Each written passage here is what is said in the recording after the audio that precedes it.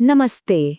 आज के इस दिलचस्प विश्लेषण में हम दक्षिण भारत की राजनीति और सिनेमा के उस गहरे और पुराने रिश्ते की बात करेंगे। तमिलनाडु में तो जैसे ये एक स्थापित परंपरा सी बन गई है कि जो चेहरे सिल्वर स्क्रीन पर छा जाते हैं वही आगे चलकर सत्ता के सर्वोच्च गलियारों तक भी पहुंचते हैं।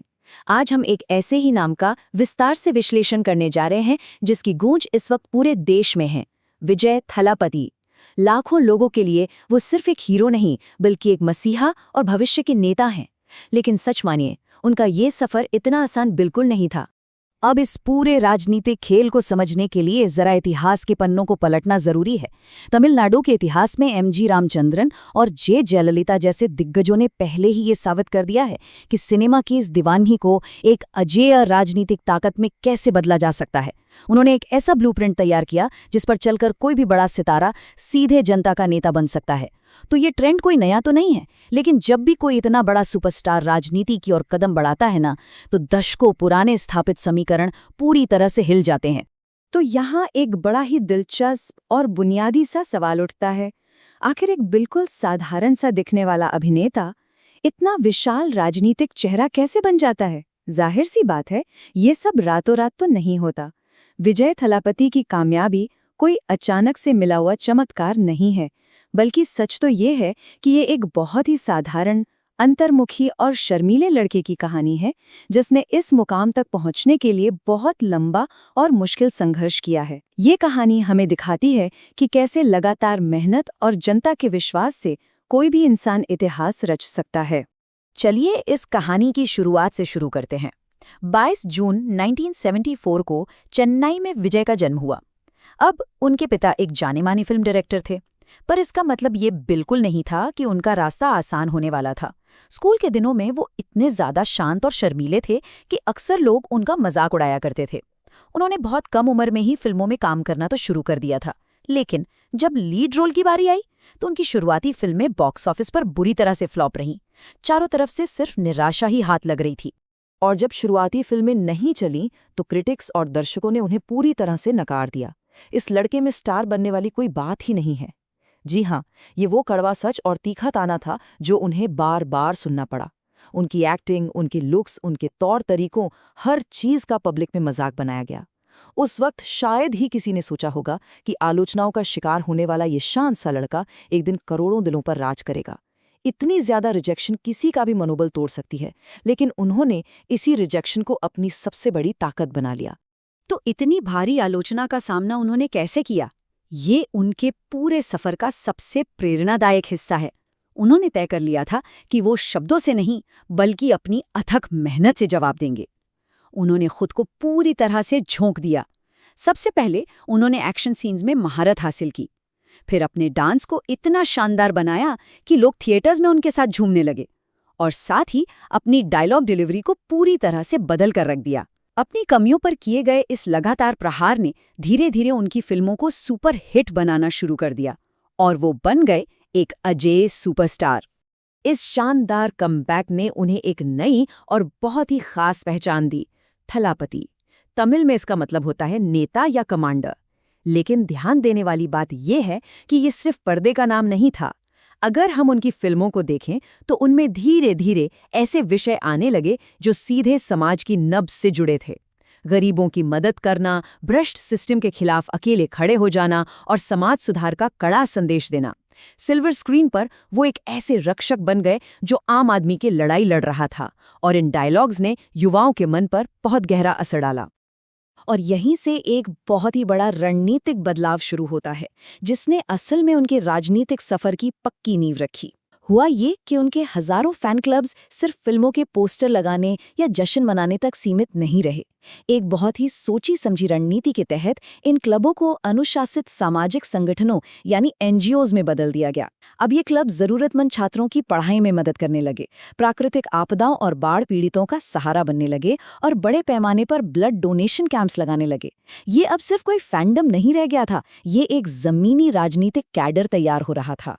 जाहिर है, जब सिनेमा की रियल लाइफ और असल जिंदगी के बीच की लकीर मिटने लगती है तो राजनीति का रास्ता खुद ब खुद खुलने लगता है। जब कोई अभिनेता जमीनी स्तर पर इतने बड़े बदलाव लाता है तो जनता उसे अपने असली नेता के रूप में देखने लगती है। विजय ने शिक्षा व्यवस्था की कमियों, बढ़ती बेरोजगारी और सिस्टम के भ्रष्टाचार जैसे गंभीर मुद्दों पर अपनी फिल्मों के जरिए और सार्वजनिक मंचों पर भी खुलकर बोलना शुरू कर दिया। इन मुद्दों ने सीधे आम लोगों और युवाओं के गुस्से को एक आवाज दी। नतीजा, उनकी रैलियों में लाखों की भीड़ जुटने लगी जो सत्ता परिवर्तन की मांग कर रही थी। फिर एक ऐसा पल आया जिसने पूरी तमिलनाडु की राजनीति में सच में भूचाल ला दिया। उनका एक बयान बहुत तेजी से गूंजा, यदि जनता चाहेगी तो मैं जनता के लिए काम करूंगा। अब ये कोई साधारण फिल्मी डायलॉग नहीं था, ये राजनीति के मैदान में उतरने का एक बहुत ही स्पष्ट और सीधा सा संकेत था। बस इस एक घोषणा ने पूरे राज्य के राजनीतिक गलियारों में एक नई बहस छेड़ दी। उनके समर्थकों ने इसे एक बड़े बदलाव की शुरुआत माना, जिससे युवाओं, किसानों और हाशिए पे खड़े आम लोगों के भीतर एक नई उम्मीद और ऊर्जा जाग गई। लेकिन क्या सत्ता का ये रास्ता इतना आसान होता है? बिल्कुल नहीं। इस कदम को लेकर राजनीतिक विश्लेषकों और जनता के बीच एक बहुत ही स्पष्ट विभाजन है। एक तरफ वो भारी समर्थक हैं जो उनके साफ सुथरे व्यक्तित्व, उनकी सादगी और जमीनी जुड़ाव की जमकर तारीफ करते हैं। उनका मानना है कि राज्य को एक बेदाग नेता की सख्त जरूरत है। वहीं दूसरी तरफ आलोचकों का तर्क भी अपनी जगह बेहद मजबूत है। उनका स्पष्ट रूप से मानना है कि एक राज्य का प्रशासन चलाना कोई फिल्म का सेट नहीं है। राजनीति में दांव-पेच और शासन के गंभीर अनुभव की जरूरत होती है, जिसके विजय में फिलहाल भारी कमी दिखाई देती है। अब इन तमाम गंभीर आलोचनाओं का उन्होंने एक बहुत ही सधा हुआ राजनीतिक जवाब दिया। उन्होंने टीवी स्टूडियो में बैठकर बयानबाजी करने के बजाय एक क्लासिक और बेहद प्रभावी जमीनी रणनीति अपनाई। वे सीधे गांव के दौरे पर निकल पड़े, आम लोगों के बीच जाकर उनके साथ बैठना, उनकी जमीनी तकलीफें सुनना और एक मजबूत जनसंपर्क नेटवर्क बनाना शुरू किया। उन्होंने ये साबित करने की कोशिश की कि एक सच्चा नेता एसी कमरों से नहीं, बल्कि धूल भरी सड़कों और लोगों के बीच जाकर उनके दुख दर्द समझने से बनता है। सच कहूं तो राजनीति में ये उनका सबसे बड़ा दाव है। तो अब हमारे सामने सबसे बड़ा और अहम सवाल खड़ा है। तमिलनाडु की राजनीति में दशकों से कुछ स्थापित राजनीतिक घरानों की बेहद मजबूत पकड़ रही है। इस अभेद्य किले को भेदना और मुख्यमंत्री की कुर्सी तक पहुंचना किसी भी नए व्यक्ति के लिए लगभग असंभव माना जाता है। लेकिन कई राजनीतिक विशेषज्ञों का ये विश्लेषण है कि विजय की बढ़ती लोकप्रियता, उनके अनुशासित फैंस का विशाल नेटवर्क और उनकी ये नई जमीनी रणनीति राज्य की राजनीति में एक बहुत बड़ा और अप्रत्याशित उलटफेर ला सकती है। सत्ता के पुराने समीकरणों को चुनौती देने की क्षमता उनमें निश्चित रूप से दिखाई दे रही है। इस पूरी चर्चा से हम कुछ बेहद महत्वपूर्ण सबक सीख सकते हैं। विजय थलापति का ये सफ़र हमें सिखाता है कि हमारी शुरुआत चाहे कितनी भी साधारण या संघर्ष से भरी क्यों ना हो, सपने हमेशा बड़े होने चाहिए।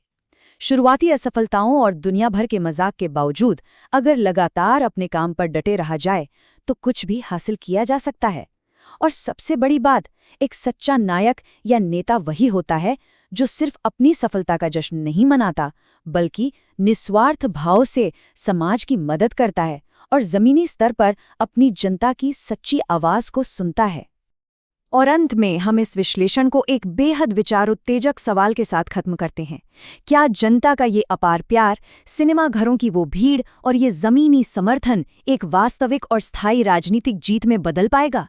एक शांत और शर्मीले लड़के से लेकर करोड़ों लोगों के थलापति बनने तक का सफर तो इतिहास के पन्नों में शानदार तरीके से दर्ज हो चुका है। लेकिन उनके राजनीतिक सफर का अगला अध्याय क्या होगा, ये देखना अभी बाकी है। इस गहरे